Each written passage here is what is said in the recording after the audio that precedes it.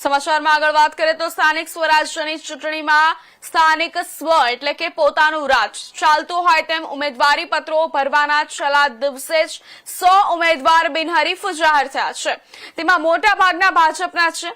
રાજ્યમાં મહાનગરપાલિકા, પાલિકા, જિલ્લા પંચાયત અને તાલુકા પંચાયતોની કુલ 10,005 બેઠકો માટે 26મી એપ્રિલે મતદાન યોજાનાર છે, જ્યારે બુધવાર સુધીમાં ઉમેદવારી પાછી ખેંચી શકાશે. આ સંજોગોમાં બિનહરીફ જીતનારની સંખ્યામાં વધારો થવાની સંભાવના છે.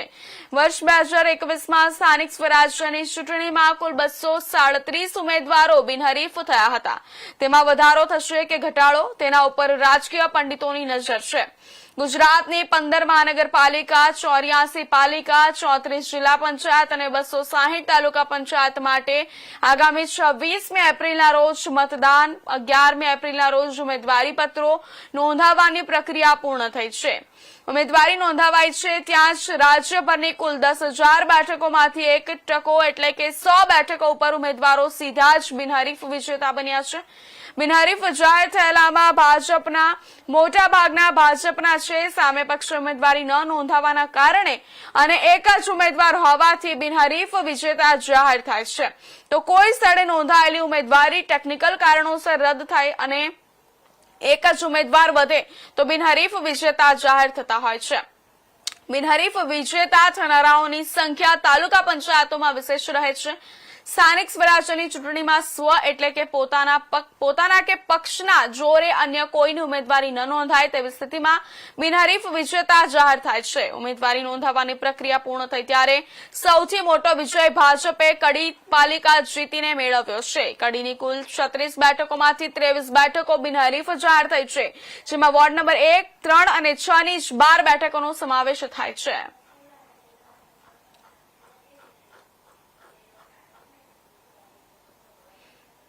આ સમાચાર પર વધુ વિગતવાર માહિતી આપવા માટે આપણી સાથે અમદાવાદથી સંવાદદાતા જોડાઈ ચુક્યા છે જતીન રાવલ. જતીન, આખા ગુજરાતમાંથી કેટલા ઉમેદવારો બિનહરીફ જાહેર થયા છે, શું માહિતી સામે આવી રહી છે?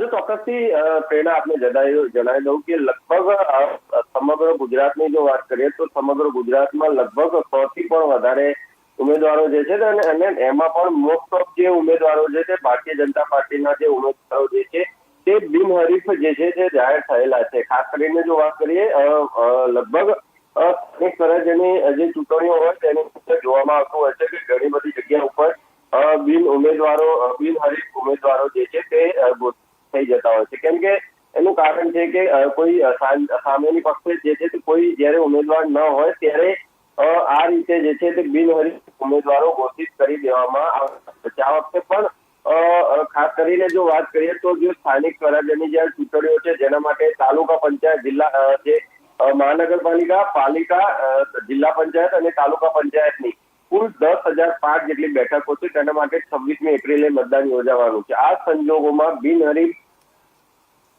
જે ઉમેદવારો હોય તેની જીતવાની સંખ્યામાં જે છે તે વધારો થવાની સંભાવના છે. જો આપણે 2021ની સ્થાનિક સ્વરાજ્યની ચૂંટણીઓની વાત કરીએ પ્રેરણા, તો તેની અંદર લગભગ 237 થી પણ વધુ ઉમેદવારો જે છે તે બિનહરીફ જાહેર થયા હતા. એટલે કે જે લોકો ચૂંટણી લડ્યા જ નથી તે છતાંય તે લોકો વિજેતા ઘોષિત થઈ ચૂક્યા હોય તેને બિનહરીફ ઉમેદવાર કહેવાય છે. કેમ કે તેની સામે કોઈ લડાઈ માટે કોઈ સામેના પક્ષે કોઈ ઉમેદવાર હોતું નથી અને એટલા માટે તેને સીધી જીત આપી દેવામાં આવે છે. આના પાછળ ઘણા બધા કારણો જે છે તે બની શકે કે સામેના પક્ષે જે ઉમેદવાર હોય તેનું ફોર્મ ન ભરાયું હોય કે છેલ્લી ઘડીએ તેને પોતાનું ફોર્મ ભરવાનું કેન્સલ કરી દીધું હોય કે કોઈ પણ સંજોગો વસાત તે ફોર્મ ભરવા માટે ન પહોંચી શક્યા હોય કે બીજી કોઈ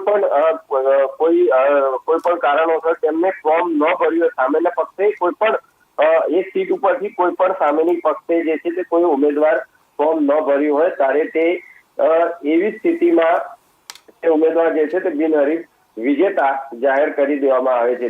આ ઉમેદવારી નોંધાવવાની પ્રક્રિયા પૂર્ણ થવામાં સૌથી પહેલો જે ઉમેદવારી આ વખતની જો વાત કરીએ તો ભાજપની અંદર જે છે તે કડી જે નગરપાલિકા છે તેમાં જે છે તે બિનહરીફ ઉમેદવારો જે છે તે ઘોષિત થયા છે. 36 જેટલી બેઠકો હતી તેમાંથી 23 જેટલી બેઠકો જે છે તે બિનહરીફ જે છે તે વિજેતા જાહેર થયા છે, જેમાં વોર્ડ 1, 3 અને 6 ની જ 12 બેઠકોનો જે છે તે સમાવેશ થાય છે. તો સાથે સાથે કચ્છની ભુજ પાલિકાની 3, નખત્રાણી પંચાયતની તાલુકા પંચાયતની 2 અને માંડવી તાલુકા પંચાયતની 2 બેઠકો ભાજપે બિનહરીફ મેળવી છે. નવસારી જિલ્લા પંચાયત અને તાલુકા પંચાયતમાં 9, ગણદેવી તાલુકા પંચાયતમાં 6, તાપીમાં 4, વલસાડ તાલુકા પંચાયતમાં 5, મહાદેવ મહેમદાવાદ નગરપાલિકા, એટલે કે આ રીતે અલગ અલગ જગ્યા ઉપર અત્યારે પણ 100 થી પણ વધુ જે સીટો જે છે તે Bharatiya Janata party, most of Bharatiya Janata પાર્ટીના ઉમેદવારો જે છે તે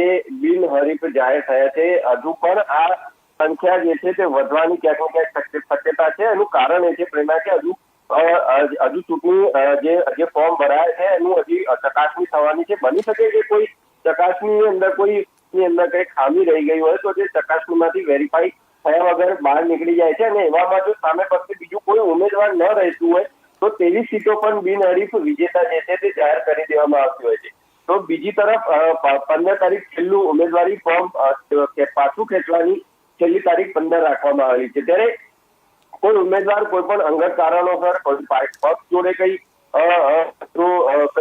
ગેરસમજ હોય તો એવામાં કોઈ ઉમેદવાર જે છે તે પોતાનું ફોર્મ પાછું ખેંચી લેતા હોય, અને જો એવું કંઈક બને તો જે ઉમેદવાર જો ફોર્મ પોતાનું પાછું ખેંચે અને સામે જે પણ પક્ષનો જે ઉમેદવાર હોય એની સામે જો બીજો કોઈ પક્ષનો ઉમેદવાર ન રહ્યો હોય બાકી, તો પછી જે ઉમેદવાર જે બાકી રહી ગયો હોય તે ઉમેદવારને ચૂંટણી લડ્યા વગર જ બિનહરીફ વિજેતા જે છે તે જાહેર કરી દેવામાં આવે છે.